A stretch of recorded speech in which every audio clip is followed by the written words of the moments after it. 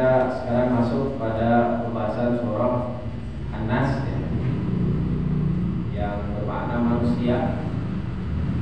Surat ini merupakan surat Al-Mu'awwidzatain, surat dua pelindung.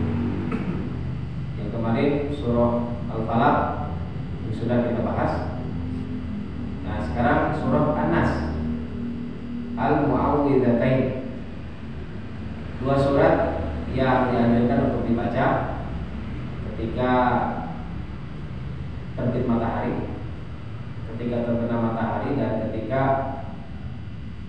menjelang tidur.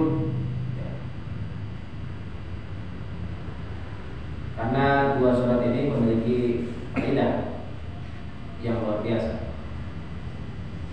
Hadirin rahimani wa rahimakumullah. Allah Subhanahu wa taala berfirman, "A'udzu billahi minasyaitonir rajim. Bismillahirrahmanirrahim. Qul," katakanlah Muhammad, "A'udzu," aku berlindung, "bi," kepada, "Rabbi," Tuhan yang mengurus, "An-Nas," manusia. Memang secara konteks ya, Nabi Muhammad yang diperintahkan untuk berlindung. Namun bukan berarti hanya Nabi Muhammad yang terkena perintah untuk berlindung ya. Akan tetapi umatnya pun demikian sampai hari kiamat. Ketika Allah memerintahkan berlindung, berarti di sana ada sesuatu hal yang berbahaya. Umpamanya ketika gempa, berlindung. Berarti ini ada berbahaya. Ada apa? Ada gempa. Hati-hati, waspada, berlindung. Ada tembakan, ada apa? Berarti ada suatu hal yang berbahaya. Berlindung dari apa?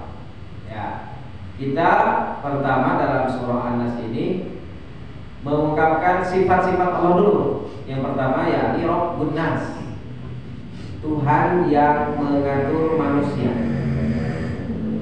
memelihara manusia. Jadi An-Nas itu merupakan manusia di antara makhluk Allah. Ya, manusia diatur, dikasih makan, kasih minum, kasih jodoh, kasih rezeki, semuanya diatur, semuanya dipelihara. Tidak ada satupun yang tidak dipelihara oleh Allah Subhanahu wa taala. Namun memang jalannya berbeda, beda-beda. Ada yang langsung, ada yang harus berusaha dulu, ya, dan seterusnya. Manusia.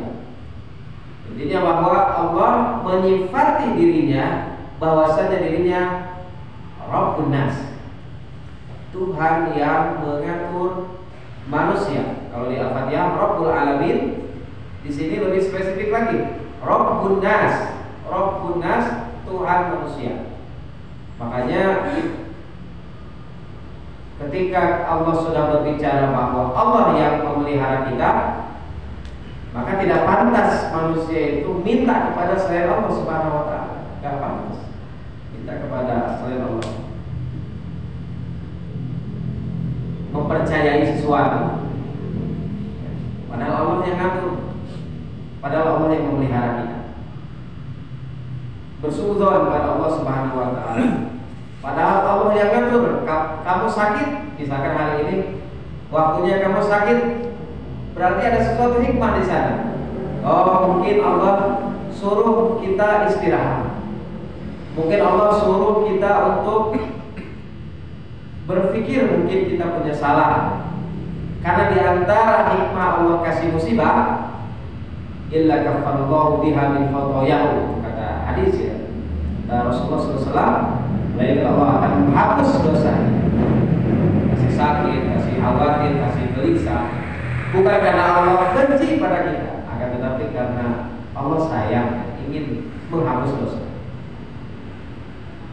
Hadirin rahimani wa rahimakumullah. Kemudian Allah Subhanahu wa taala menyifati dirinya dengan Malikin Nas, ayat kedua. Malik merupakan sifat Allah, ya. Bahwasanya Allah itu yang merajai, yang maha memiliki. Sesuatu yang diciptakan merupakan milik penciptanya. Jadi Allah Subhanahu wa taala adalah Tuhan yang maha memiliki, yang maha merajai. Dan kita sebagai makhluk yang diciptakan merupakan makhluk yang dimilikinya. Semuanya, ya, tidak hanya manusia, semuanya milik Allah Subhanahu wa taala yang ada di bumi ini, termasuk harta kita pun milik Allah Subhanahu wa taala. Anak kita pun milik Allah. Istri kita milik Allah, semuanya milik Allah. Lalu kepemilikan manusia secara hakiki apa? Ya. Kan manusia itu tidak akan selamanya hartanya akan dipegang oleh dia.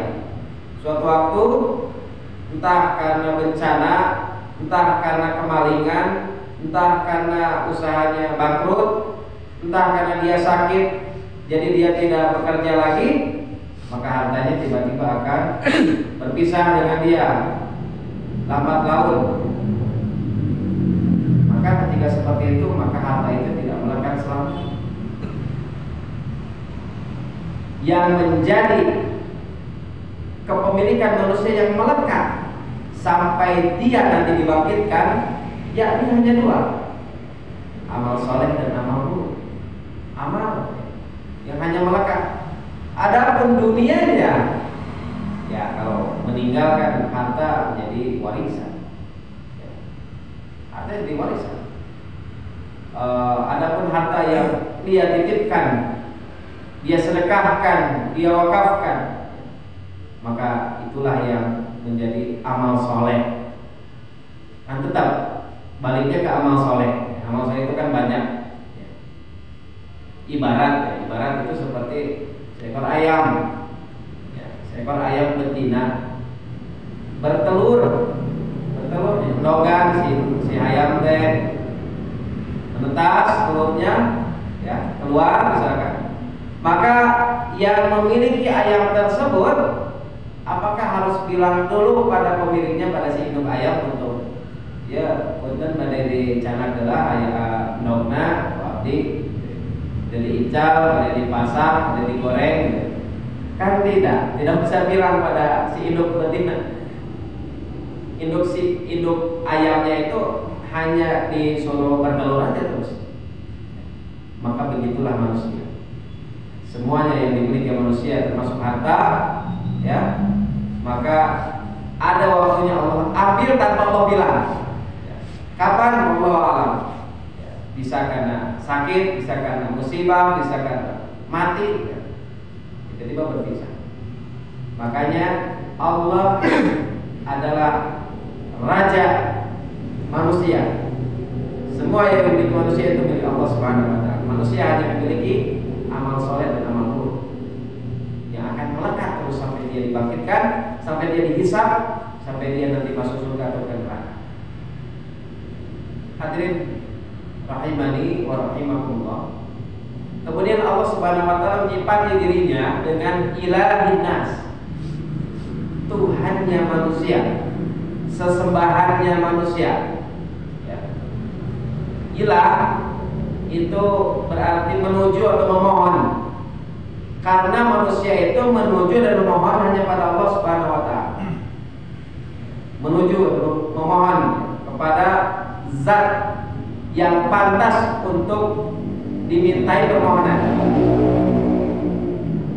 Ilah juga disebut Tuhan karena dia berbeda dengan makhluknya. Jadi makhluk itu tidak pantas disebut ilah.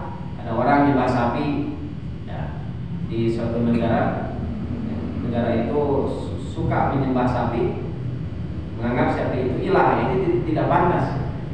Ilah itu Tuhan, bukan makhluk. Tapi orang terkadang tidak memakai akalnya dan menganggap bahwa apa yang dia sembah itu adalah hak. Padahal la ilaha illallah, tidak ada sesembahan yang pantas disembah melainkan Allah Subhanahu wa taala. Hadirin rahimani wa rahimakumullah. Jadi yang pertama, bahwa dalam surah An-Nas ini kita bertawasul dengan nama-nama Allah sebelum kita minta perlindungan. Yang pertama, kita bertawasul ya, kita memuji Allah bahwasanya Allah Rabbun Nas. Allah itu Tuhannya manusia. Yang kedua, Malikin Nas, Allah rajanya manusia. Yang ketiga, Ilahin Nas, Allah adalah sesembahannya manusia.